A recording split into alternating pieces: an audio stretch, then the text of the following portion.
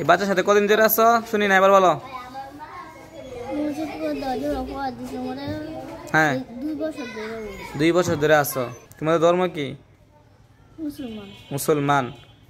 এই মুসলমান হইয়া এত ছোট একটা বাচ্চা, তাকে ক্ষতি করতেছো। সে তোমাদের কি ক্ষতি করছিল মাদ্রাসার মধ্যে? এখানে কোন জায়গা থেকে ধরছো? মাদ্রাসার কোন জায়গা থেকে ধরছো? কি বলে? করিমগঞ্জ মাদ্রাসা থেকে। মাদ্রাসার কি মাদ্রাসার ভিতর থেকে নাকি বাহির থেকে নাকি কোনো গাছের নিচে থেকে? কিভাবে ধরছো তাকে?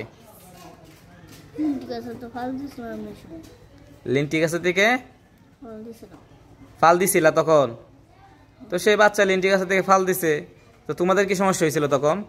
ফাল দেওয়ার পরে কি ক্ষতি করছে?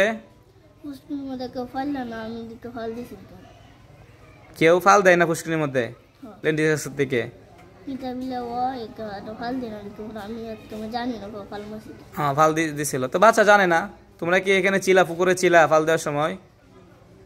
হ্যাঁ, গাছও চিলা। তো গাছে বাচ্চা উঠছে যখন, তোমরা গাছ থেকে সরে যাইতা। তোমরা হচ্ছে অদৃশ্য।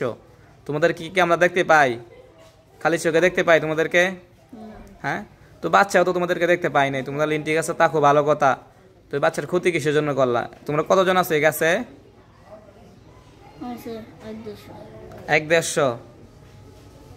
1-150 সবাই কি বাচ্চাকে ক্ষতি করো? হ্যাঁ, বুঝি না। তোমাদেরকে ক্ষতি করলে তোমরা ক্ষতি করো, তাই তো?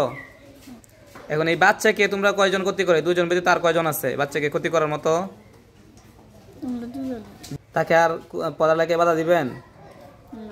আল্লাহর ভয়ে এই কথা দিচ্ছ যে এই বাচ্চারা কোনো সময় ক্ষতি করবো না, ঠিক আছে? তোমরা এবং তোমাদের সাথে যারা আছে আর কেউ এই বাচ্চার ক্ষতি করবো না, ঠিক আছে ইনশাল্লাহ? কি বলে? হ্যাঁ, তারা যদি ভালো হয়ে যায় তাহলে অতি দ্রুত আল্লাহ রাব্বুল আলামিন জেলখানা থেকে মুক্ত করে দিবেন। আর যদি ভালো না হয়, ধোঁকা দিয়ে থাকে, তাহলে দুনিয়াতে হায়াত যতদিন আছে ততদিন পর্যন্ত জেলখানায় বন্দী থাকবে এবং আমার অনুমতি ছাড়া এখান থেকে বের হতে পারবেন ইনশাল্লাহ, ঠিক আছে?